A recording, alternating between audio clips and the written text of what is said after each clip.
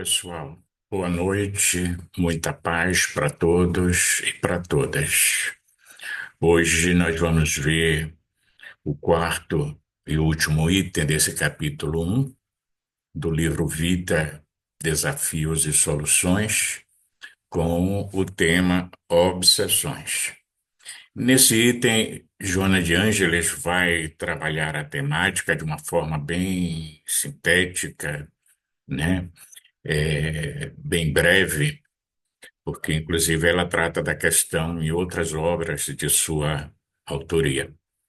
E o capítulo das obsessões, ele é muito bem estudado pela doutrina espírita desde o tempo de Allan Kardec. E ela começa o capítulo afirmando que toda fixação indevida nos processos mentais e emocionais em torno de pessoas, fatos e coisas converte-se em estado perturbador do comportamento, empurrando consequentemente o indivíduo para os transtornos de ordem neurótica e de ordem psicótica. Aqui ela vai estar tratando o tema obsessão dentro de uma perspectiva psicológica, psiquiátrica, e não propriamente conforme nós conceituamos dentro da doutrina espírita, mas ela vai fazer mais adiante a abordagem, à luz da doutrina espírita, sobre a questão das obsessões. E é interessante observar que ela aqui se refere às fixações mentais ou emocionais em torno das ocorrências da vida, pessoas, fatos, né, que acabam por se converter num estado muito perturbador do pensamento, do sentimento e, consequentemente, do comportamento da pessoa, conduzindo a um comportamento neurótico ou até mesmo psicótico. E, normalmente, esses procedimentos que podem preceder a existência atual, ou seja, pode vir de reencarnações passadas, como também pode aparecer durante a nossa atual reencarnação, normalmente decorrem de ambições desmedidas, dos desregramentos nas várias áreas do comportamento humano. Ou seja, os desregramentos comportamentais, assim como dos anseios exagerados que afetam o metabolismo cerebral, propiciando a produção descompensada de enzimas que afetam a harmonia do sistema nervoso e, em geral, do comportamento em particular. E aí a gente tem as várias áreas estudadas pela psiquiatria na área das obsessões, entre elas uma que é muito difícil de a pessoa lidar, que é o TOC, o transtorno obsessivo compulsivo, mas que hoje são passíveis, graças aos avanços da medicina, por tratamento e psicoterapia. Mas à medida que se constituem imperativo dominador, tornam-se obsessões que passam a inquietar o indivíduo, levando muitas vezes a estados mais graves na área da saúde mental, quando não bem tratado. Surgem, então, as obsessões compulsivas, como nós dissemos, os estados de fragmentação da personalidade, a um passo, portanto, diz ela, da degeneração do comportamento da pessoa. Outras vezes, trata-se simplesmente de fenômenos que procedem de outras existências carnais, nas quais o espírito falhou, malogrou, sendo objeto de conflitos profundos que ele traz na atual reencarnação no seu inconsciente profundo, ou até mesmo de circunstâncias agressivas que acabam lhe danificando as estruturas perispirituais, que por sua vez vai provocar danificações na área cerebral, como ela já falou anteriormente, né? Provocando assim as ocorrências de uma certa forma doentia. Esse é um aspecto que ela traz, assim como vai trazer também outra luz do que nós estudamos na doutrina espírita, porque, paralelamente, a gente vai encontrar, em razão de muitas condutas extravagantes no campo da ética, da moral, das ações mentais e comportamentais, aqueles que se lhe fizeram vítimas, né? Embora vivendo em uma outra dimensão, ou seja, no plano espiritual, na esfera espiritual, mundo espiritual, como se queira, que sintoniza com o responsável pela sua infelicidade, pela sua desdita, e acabam provocando, né, uma perseguição, muitas vezes sutil, de outras vezes agressiva, violenta, no campo psíquico daqueles que hoje são as suas vítimas. Lembrando que normalmente a vítima de hoje, nesse caso, foi o algoz do passado. Porque se costuma dizer inimigo morto, inimigo posto. Pura ilusão à luz da imortalidade, porque esses seres sobrevivem à morte biológica e, ao se darem conta do que se lhe aconteceu, por uma questão de afinidade, de sintonia com aqueles que provocaram a sua infelicidade, começa então um trabalho de perseguição. Que esse, portanto, diz ela, é um outro tipo de obsessão, que nós chamamos de obsessão espiritual ou de origem espiritual. Normalmente acontece em face da presença de faculdades mediúnicas ou uma sensibilidade mediúnica naquela pessoa que sofre esse tipo de assédio. Então a pessoa passa a sofrer um grande constrangimento, né, ou vários tipos de constrangimentos, até cair nos abismos da alucinação, do exotismo, ou até mesmo, de uma forma mais grave, nas alienações mentais. Manuel Filomeno de Miranda, por sua vez, afirma que a gente vive hoje na humanidade uma espécie de obsessão coletiva.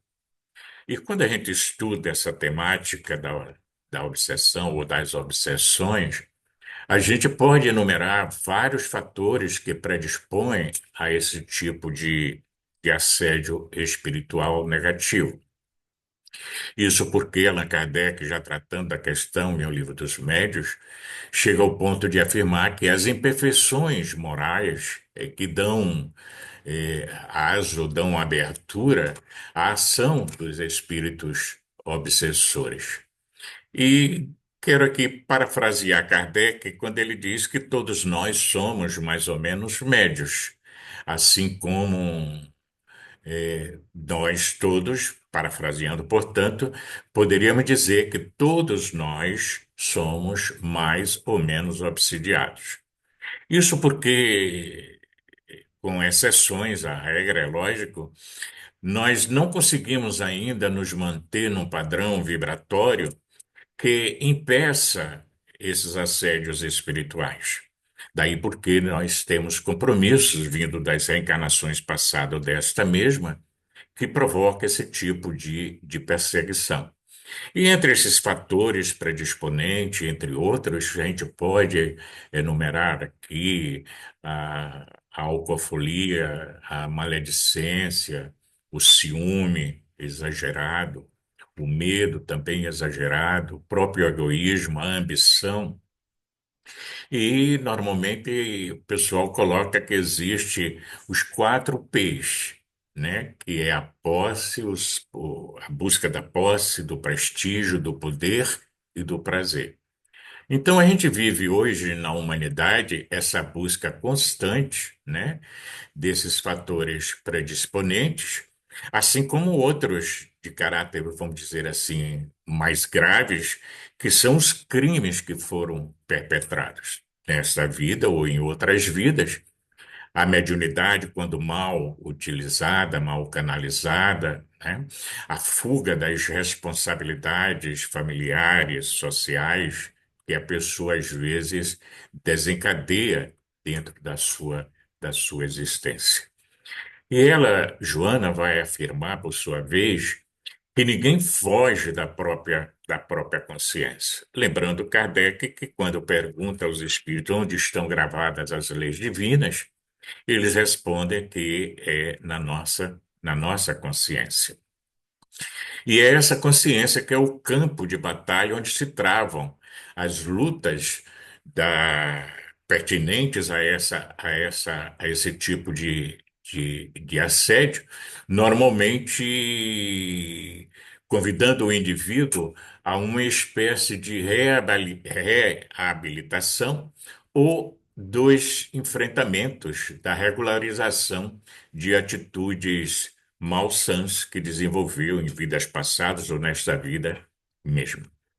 Porque nós podemos ocultar dos outros os erros cometidos, mas não podemos enganar a nossa própria consciência para sempre. Então, um dia a gente desperta e aí é o momento de, às vezes, bater a culpa, o medo das consequências advindas do que foi feito, abrindo, portanto, os portais para que aconteça esses assédios de ordem espiritual que nós nominamos aqui como sendo as obsessões. Por isso mesmo, afirma ela, é o controle mental e a educação do pensamento que podem representar uma espécie de eficiente terapia de prevenção desses distúrbios, como a curadora também para os processos de ordem espiritual, desde que alterando a faixa vibratória por onde transitam as ideias da pessoa, onde, se forem superiores, né, eleva-se, ficando indene à sintonia com os inimigos do passado ou até mesmo do presente, né, e, consequentemente, com seres atrasados.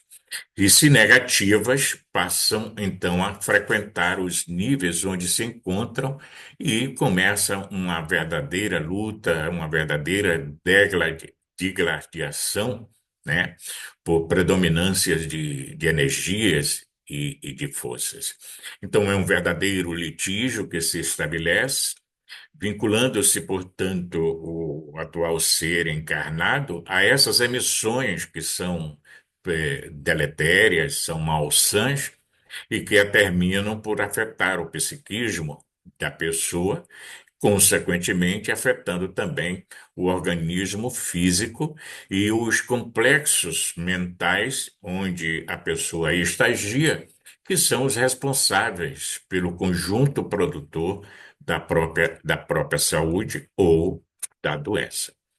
Então, as obsessões que resultam de dramas psicológicos, de conflitos, de profundidade, de insuficiência de enzimas neurais específicas, surgem, portanto, também da interferência das mentes dos seres desencarnados, interagindo sobre aqueles aos quais são direcionadas em processos perversos de vingança por conta dessa sintonia, por conta dessa afinidade.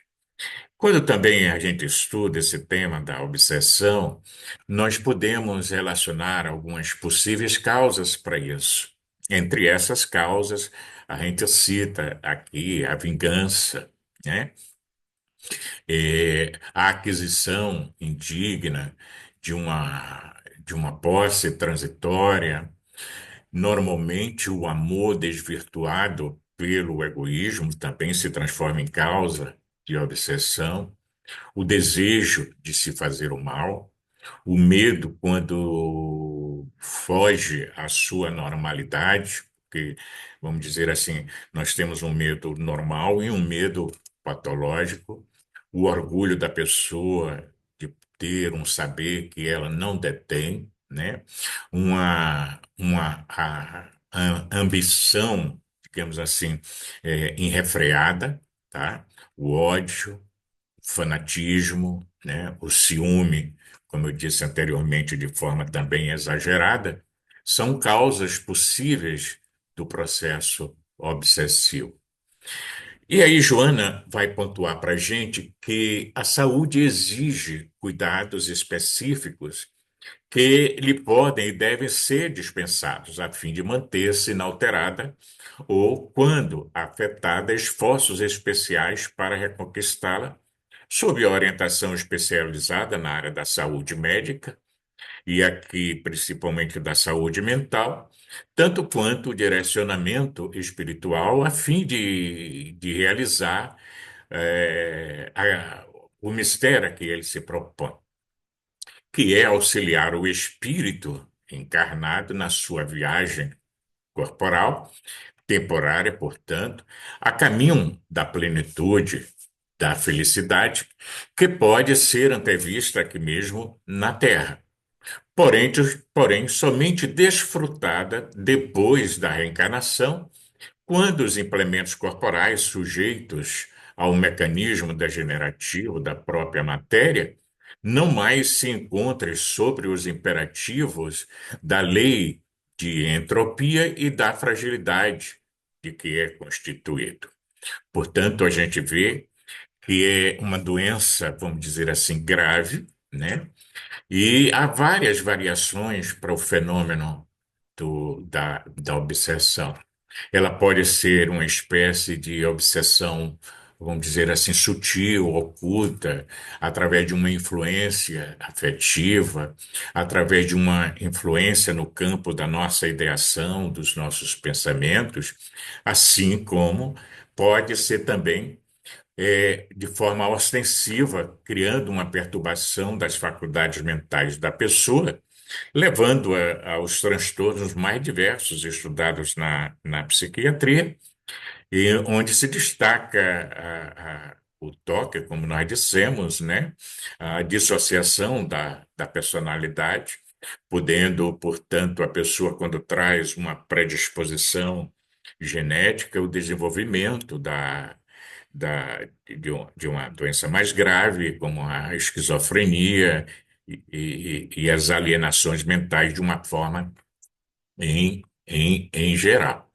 Então, são variações desse fenômeno que pode acontecer, inclusive, não somente do espírito desencarnado para o encarnado, pode acontecer, inclusive, entre os próprios desencarnados, do encarnado para o desencarnado, e entre os próprios encarnados, os fenômenos obsessivos também são observados, são notados. E as consequências, consequentemente, desse assédio espiritual doentio são as diversas distonias na área mental, emocional e fisiológica da pessoa que sofre essa abordagem espiritual. Allan Kardec, estudando o tema, propõe vários graus para a obsessão, onde pode haver ela de uma forma assim bem simples, bem sutil e que às vezes a pessoa quase não se dá conta, né? E é uma espécie de obsessão menos perniciosa, né? Onde o indivíduo parece estar agindo por conta própria, mas não está, e ele está senhor dos seus pensamentos e dos seus sentimentos. Num grau um pouco mais grave do que essa chamada obsessão simples, nós temos a fascinação, né? Que constitui justamente aquela forma de a pessoa estar fascinada por um tema, uma pessoa, um assunto, e isso lhe gerar transtornos diversificados na área das obsessões. E o nível um tanto mais grave do que a fascinação e a obsessão simples, que é o que Kardec chamou de subjugação, que pode ser de ordem moral ou de ordem espiritual. E aí a gente poderia aqui, vendo assim de uma forma bem resumida esse tema, né, a gente se perguntar, ok, qual seria a terapia apropriada para os processos obsessivos? Quando, de uma perspectiva psiquiátrica, E quando o transtorno é psiquiátrico, a pessoa precisa buscar ajuda profissional, né, do médico, para receber a medicação adequada ao seu processo, para que possa então respirar com mais tranquilidade com a presença do seu transtorno. E a gente vê hoje pessoas que têm toque, que têm esquizofrenia, por exemplo. Normalmente, na esquizofrenia, a gente encontra uma comorbidade que é justamente o processo obsessivo do ponto de vista espiritual, tá?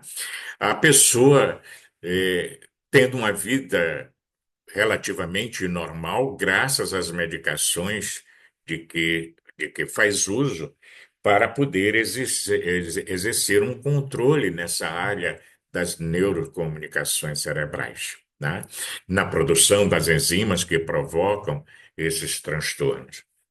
E aí tem também a terapia espírita, como a gente chama, que envolve reuniões chamadas de desobsessão ou de esclarecimento, onde o obsessor, através de um médium, né, através da psicofonia principalmente, vai receber o devido esclarecimento para uma mudança de conceitos, de objetivos, com relação aquelas causas, né? Que entre elas a vingança, por exemplo, é muito comum a gente ver nas reuniões de desobsessão espíritos que estão buscando maltratar, machucar, porque querem se vingar. E quando devidamente esclarecidos, buscam o afastamento. Ok. Veja, se a pessoa está na área terapêutica e espiritual, buscando elevar seus pensamentos, buscando uma outra sintonia, um outro tipo de afinidade espiritual, isso poderá sanar o problema da obsessão espiritual. Mas se a pessoa não muda a sua forma de pensar, de sentir, de se comportar, você pode afastar um espírito obsessor, mas outro vai lhe tomar o lugar.